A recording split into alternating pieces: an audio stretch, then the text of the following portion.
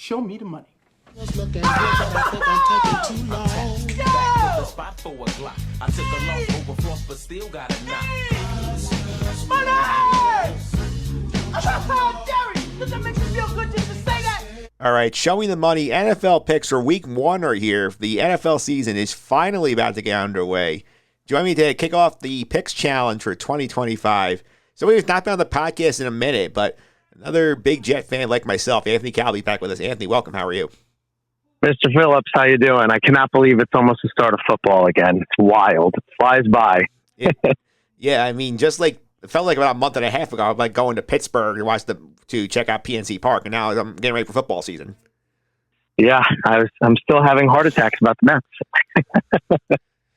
Yeah, well, I think they'll make the playoffs. I don't think we can worry about that. Once they get there, we'll see what happens. Yeah, we better hope they make the playoffs. And in the life of both of us being a Met and Jet fan, what a roller coaster they take us on, truly. Yeah, for sure here. And we'll leave the Mets to the side. Talk about the Jets here because obviously everything last year was a dumpster fire. They reset. One of the guys we grew up watching, Aaron Glenn's now the head coach of the Jets. Seems like they're trying to move in silence, as Glenn seems to indicate here. What do you think about the Jet reset with Aaron Glenn? I think it reminds me very much of 97 when, obviously Aaron Glenn is not Bill Parcells, but he comes from the Parcells. Like, he was coached by Parcells. I think he's going to be very much in the same vein as Bill Parcells, where it's no BS, it's all football, no drama. And you could see by the very first preseason game with, I forgot the name, I think it was a linebacker who made a very stupid, unnecessary roughness penalty, and he's screaming at him twice, very intently on that is not going to be tolerated in this regime. And if you are, you're not playing it. There's so many clips of Parcells getting at players, specifically in preseason games. If you're going to act like that, you're not playing, period, end of story. And it was too much for the last, since the end of the Rex days, a clown show. Too much of the players doing whatever they wanted, not getting reprimanded. And it just was it. How many times was it 1st and 10 and then 2nd and 20, 2nd and 25, multiple illegal formation penalties or offsides or false sides? It's ridiculous. So I think Aaron Glenn is going to, I mean, they might not clear it all up immediately because there's a lot of rookies. The team is young, but I think as the season goes on, you're going to see a lot less penalties, a lot more disciplined football. Are they the most talented team? No. However, I think it's going to be we are playing football. This isn't drama. We're going to play clean football. And if we get beat, we get beat. And that's where they're going to have to make some moves, maybe during the season, if they're in contention, or they're going to have to, next season, bulk the team up even more. But I think this is going to be a much more serious brand of football. Okay, this isn't a guy who's coming in to, win over the media. He doesn't care about the media. I don't want him to care about the media. I don't want him to care about the players' feelings. Screw that. I want wins and losses. Okay, I want wins. I want to be in the win column. That's all that matters. I don't care if you like being here. I don't care. I want you to perform, do your job. Stealing a line from Belichick. Do your job. Jet fans have waited way too long. It's the longest streak in all of the big four sports, correct? Yes, that's correct. Right. It's a joke. Yeah. It's a joke. And I implore Jet fans, if they don't do well, don't go to the games. Don't give them the money. I don't go to the games anyway. Right. It's right in the past, last year and before, it's been a waste of money. Yeah. Why give them your money? It's the worst investment in town is Jet season tickets. Yeah, it's the worst investment. Right. You're getting no return on investment. So I really do think that Aaron Glenn is going to try very hard to make this serious about X's and O's, not about going on Pat McAfee, not talking about I want to be traded. Blah, blah, blah, blah, blah. No, do your job. And if you don't do it, and I don't care who you are, if you don't do it, you are not playing. It doesn't matter who you are. You don't do your job, you're not playing. Period. That's it. Grow up. This team needs to grow up. This organization needs to grow up. Yeah, well, they got the right guy here to help grow up here. And one thing that's interesting here is the quarterback here, Rodgers is gone. Justin Fields is in. We know he's got a ton of talent. We know he can run. Passing is questionable. Two different teams cannot get the most out of Justin Fields. The Jets claim to be building an offense around Justin Fields. What are you watching for with him this year? Because obviously it's not a long-term investment. They really covered their bases that, like, they have a quarterback for 2 years. If they see one they like in the draft, it's not too expensive to move on here. Smart, not dumb football. Don't turn the ball over. When the running is available, run. Get the first downs. The Jets have struggled mightily on 3rd and 1s, 3rd and 2s, horrifically. Breece Hall, for whatever reason, is a horrible short yardage back. Horrible. So I want him to pick up those first downs, extend the drives, keep the defense off the field so they're not gassed by the third quarter. That's what I would expect out of Justin Fields. Any Jet fan who is expecting Justin Fields to have 25 passing touchdowns is insane. Okay, if the Jets can get 15 to 17 passing touchdowns from him with less than 10 picks and over 8 rushing touchdowns, the Jets will have a decent year. I don't want Justin Fields playing dumb. Yeah, that's what I don't want. Don't play dumb. The Jets won 7 games a few years ago with a elite defense and no quarterback play. Zero quarterback play. What was it? Zach Wilson, Mike White, Joe Flacco, was it Strevler? Yes. Was that the other one? Yeah, Chris Strevler. He got in. Right. So, like, if you just don't play stupid football and you play, you don't force the ball, don't throw across your body. The basics, the fundamentals. Run out of bounds. I don't need you to get an extra 2 yards unless it's a critical part of the game. Play smart football. The other thing I would say is I think Justin Fields is going to have something that the Jets haven't had since 2011. Probably the last time was 11, and then it really deteriorated from there. And that's an offensive line. Yeah. They have youth. They're young. They're going to be mean. They're going to be nasty. The biggest, I think, the offense for this season hinges on, can the young linemen stay disciplined? Yeah. Do they not commit penalties? Can they stay in their zones? Can they not fly off the handle and get confused by a bull rush? If they can do that, then Justin Fields, by proxy, is going to have a good season. Yeah. If they play, yeah, I was gonna say, I think if you have a good point, like you're expecting like the big like Sam Darnold like renaissance. I don't think it's happening here. I think what you're hoping for if you're a Jet fan is you want like the 2022 Daniel Jones year out of Justin Fields. It was like 15 touchdowns, runs for 700 yards, minimal turnovers. I think that's what you want. Yeah, you go back in Jets history. Mark Sanchez in 2009, I believe it was 13-20. Yeah, that year. They got to the AFC Championship game with a quarterback. Think about that. Who threw 20 picks and threw for 13 touchdowns. If you reverse those numbers, that team went way farther. What's the parallel with this team? Strong offensive line. Now, a strong defensive line, which I'm sure we're going to talk about. They're going to run the ball. They're going to try to control the clock and drain the clock at the end of the game. Is this defense as good as the 2009 and 2010 Jet defenses? No, it's not. But it's the same philosophy. So I think if the Jets just play smart, sound football, they're going to get more wins than people think. If they play dumb football, they're going to get the number 1 overall pick. Yeah, I think they brought the win total up here because it's one of the lowest on the board at 5.5. I obviously didn't get the chance to listen to the last segment yet because the episode's not out yet, but like I took the over on the win total of 5.5. Just my logic was, okay, look at the schedule here. Like it's a little rough early on here, but I buy in what you're saying. They're going to be better by the end of the year. Schedule is softer in the second half on paper here. I could see this being like I think 7's the number. I think they're going to get 7 wins as the baseline. I think 4 is the floor. I think 9 is the ceiling. Yeah, I think they're going to go over 5.5. Yeah. I mean, they won 5 last year, and then it was back-to-back 7s. Yeah.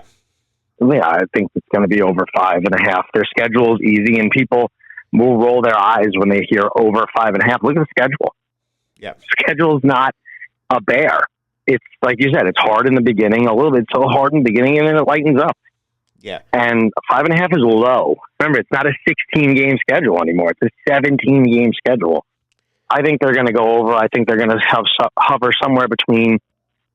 Their low is probably going to be like 7, 6, 7.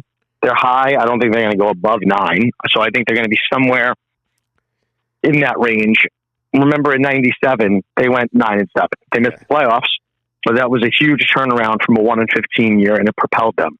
It's all about the energy. It's all about the momentum you build, and like the people believe in your system, and so that's what they need from Aaron Glenn this year. They need to win. They need to win really about 8 games. Now, if they win 9, if they make the playoffs, Aaron Glenn is going to be heralded as a hero. I mean, there'll be a lot of pressure next year if somehow they made the playoffs. But I mean, I would love for that problem to come about. But I think it's 7 to 9 wins, somewhere in that range. Yeah, I think so too. I feel like, again, people who like scoff at taking the over on the Jets, like this is a franchise historically that when there's no expectation, they perform better. Yes, always. Yeah. Pick a year post '97. Yeah. When there was no expectations on the Jets, they did really well. Like 2006, for example. Yeah. Yeah, they went to the playoffs that year. They lost to the Patriots, but they went to the playoffs. Paddington had a nice bounce back year. Yeah.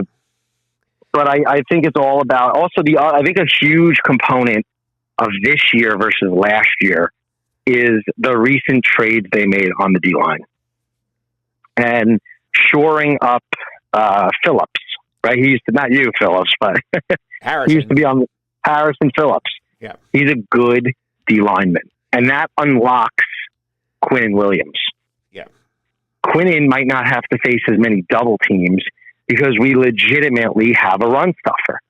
That's where last year Joe Douglas lost his job because he got rid of John Franklin Myers and a couple others in the middle of that defense that were run stuffers. And the Niners exposed them game 1, quarter 1 with a backup running back, not even Christian McCaffrey. Yeah. So when you have run big fatties in the middle, he's not the biggest guy, but he can run stuff. Watch the tape on him. Quinnen is going to be allowed to absolutely blow up the offense. Whoever he's facing, he's not going to have to face as many double teams. So I think that move very quietly is something that can change the Jets season. Now, on the negative side, that could maybe move them more closer to the 9-8 win range. What I don't understand, truly, is what they're doing with the wide receiver position. Yeah, that's a discussion for a different day. Yeah, like what's the logic? Unless the logic is going to be Breece Hall is going to be turned into a hybrid wide receiver running back, which I'm almost thinking that's what they're doing with him. Yeah. Because they keep talking about how many targets he's going to get this season. Yeah, that's a definitely interesting thought. We'll take that off the air. We'll talk about that off the air in a little bit. But let's go real quick. Jets Steelers week 1 here. Rodgers coming back to town here. Don't think as much animosity from Rodgers towards the Jets as there is in some other departure situations here. I think this is a sneaky spot for the Jets to be live here, and you see the line's only 2.5 points in this game here. Rodgers, got there late. There's reports like, he's been battling injuries in camp. Like, there's TJ Watt thing took a while to settle here. I think the Jets are live in this game. I do too. I think there's going to be a lot of energy in MetLife. I think they're going to come. The key is to not go down quickly. If the Jets survive the first quarter and it's not 10-0, 14-0, the Jets have a very good chance of winning the game because the Jets always surprise people on week 1 and then they fold. Yeah. Remember, they beat the Buffalo Bills with Zach Wilson on Monday Night Football.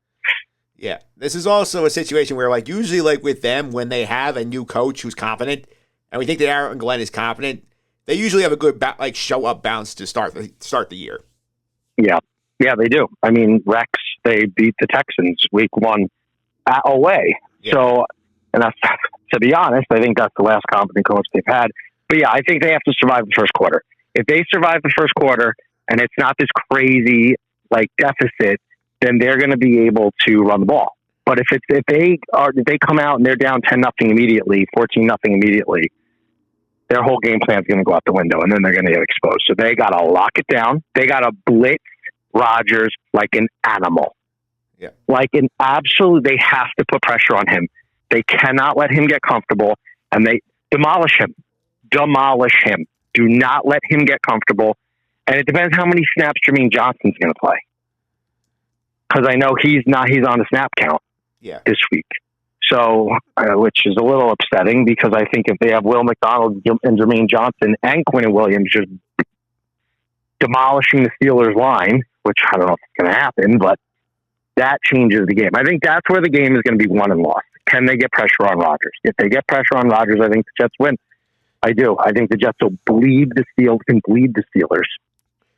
Yeah, we'll see what happens this week here. Also, reason you're here, we're going to do NFL picks every week throughout the season. A different guest will be joining me to make NFL picks against the spread, 3 per week.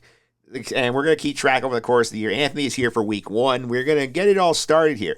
Do some NFL picks. Anthony, as the guest, you may go first. Where are you going with pick number 1? I'm going to take the Niners over the Seahawks. I think the Niners are going to have a bounce back year. I don't really believe in the Seahawks, especially with all the changes that have occurred. The spread is low. I believe it's 2.5. I think, giving 2.5 to the Seahawks. I just think the Niners are going to control this game. The Niners are going to have a lot to prove, and I think the Niners are going to win week 1. But again, it's week 1, so who knows? Week 1, hardest pick of the week of the year to make picks. I feel like that or week 18. I think I see the logic. You said it best. Who knows if what we think will actually happen? Yep. All right, where are you going with pick 2? Pick 2, I'm going to go with the Bengals over the Browns. I think the Bengals are laying 5.5, playing on the line. I mean, the Bengals have no defense, but I just don't think the Browns can score with the Bengals. I think this is going to be a shootout, and I just ultimately think it's going to come down to a full touchdown. I mean, it might be 38-31, but I do think the Bengals are going to beat them and beat them by a touchdown. Yeah, that's a certain logical pick. I get it. I'm not going near the Bengals because they burned me in week 1 way too many times in the past, so for me, this is a stay away, but I get why you're comfortable with it. Yeah, they have been a risky week 1 pick. They always come out kind of slow. But I think Burrow's going to I think that's on Burrow's mind this year, and he's really going to come out swinging. I mean, they play in the preseason. They know they have to start get off the faster starts. Yeah, 100%. All right, where are you going with your last pick of the week? And my final pick is kind of a throw it against the wall pick, but I'm going to pick the Broncos over the Tennessee Titans. I don't know what in the world the Titans are going to be with, Cam Ward and all the changes that have occurred. So I think the Broncos are giving up 7.5. The Broncos offense is very underratedly prolific and can put up points real quick. I think for a new team with the Titans, they're just not going to be able to score enough. I mean, it might be close early on, but I think it just inevitably as the game drags on, the Broncos will pull away. Yeah, for me, the only reason I'm staying away from it is the hook, because there's a good chance that, they're up 10, Tennessee gets a late field goal or something, and they cover the number, but, the Broncos win that football game, no question. Yeah, it's the spread. The spread is always, All right. So those are my 3 picks. All right, so your picks are in. I'm going up now here. Pick number 1.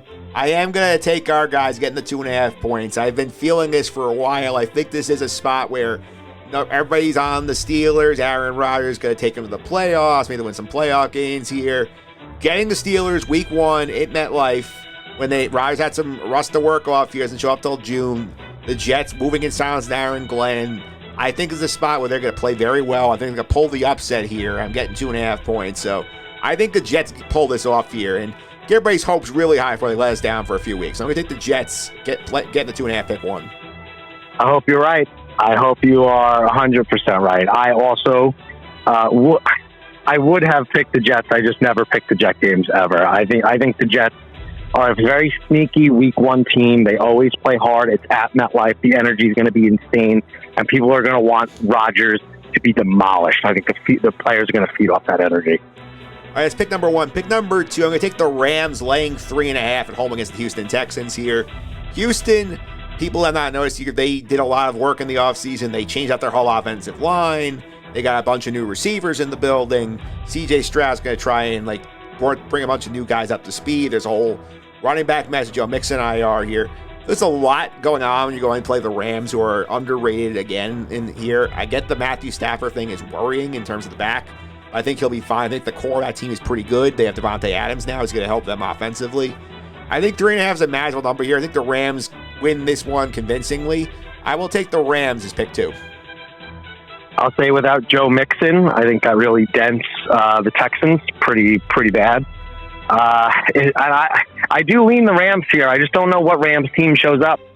So unpredictable. One week they look like Super Bowl champs from a few years ago, and the next week they are just lifeless and dead. So I'm wondering if Devontae really unlocks Nakua. Yeah, Puka Nakua. Because you can't double both of them. So I think it's going to be a tough task for the Texans. I agree with your pick. All right, that's pick 2. And pick 3, I'm going to go to Sunday Night Football here.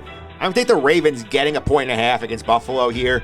If you've been following the hard knocks of the Bills and some of the storylines coming out of Bills camp, the James Cook Holden situation, something is not quite right there. Not that I don't think they're going to miss the playoffs or not win the East, but I feel like they might take a bit to get going here. And Baltimore has been, fired up here to get revenge on the Bills, that playoff loss. If Mark Andrews catches that 2-point conversion, they probably end up winning that game in overtime here. I think it's a spot where they've been waiting for a chance to prove that they are the team this year to win the AFC. They haven't gotten to Super Bowl with Lamar. I think they come out and make an early statement, upset the Bills on the road. So I think the Ravens pick 3. This is where we disagree. Yeah. This is where we disagree. I do not believe in the Ravens. I think they are a regular season team, but I think their kryptonite. I think the Bills' only kryptonite is the Chiefs. Yeah. Truly. I think that's their kryptonite. I think every time I think, it's just they only have, the Bills only have this, they only have that. They always disprove me. So I think Josh Allen comes out with a very strong week 1. Unfortunately, I hope you're right, though. I do hope you're right. All right, so to reset the picks of the week, Anthony has gone with the Bengals laying 5.5 against the Browns, the Broncos laying 7.5 at home against the Houston Texans, against the Titans, the 49ers laying 2.5 in Seattle against the Seahawks. My picks, Jets a 2.5-point home dog against the Steelers, the Rams laying 3.5 at home against the Houston Texans, and the Ravens getting a 1.5 in Buffalo against the Bills. Those are your picks for week number 1 on the podcast here. And also, Calbi, are you doing any of the knockout pools this year? I haven't done any knockout pool just yet. If I had to pick one team this week for the knockout pool, man, I might go. I'd probably go Denver. I'd probably take them early, just to make sure I'm safe. Denver over the Titans. That's exactly who I'm taking this week. I'm taking Denver Broncos in the knockout pool. I feel like Yeah. I don't think there's any way Cam Ward goes on the road to Denver, plays that defense his debut, and walks out the win. Yeah, I agree. I think it might be a situation where maybe it's 10-10 after the middle of the second. Everyone's like, but then ultimately, I just don't think the Titans can withhold the Broncos offense, or the defense, to be honest. Yep. Yeah. I agree with that. Because this week was not an easy week for the knockout pool because there are a lot of bad teams playing each other projected, and I feel like the popular pick is going to be the Commanders over the Giants. I feel like that's going to be the popular pick people are going to go to. And yes, I do agree with that. And the amount of points that are being given up in that game, I know it's not, doesn't reflect in the survivor pool, but I don't think that game's going to be as easy for the Commanders as people anticipate.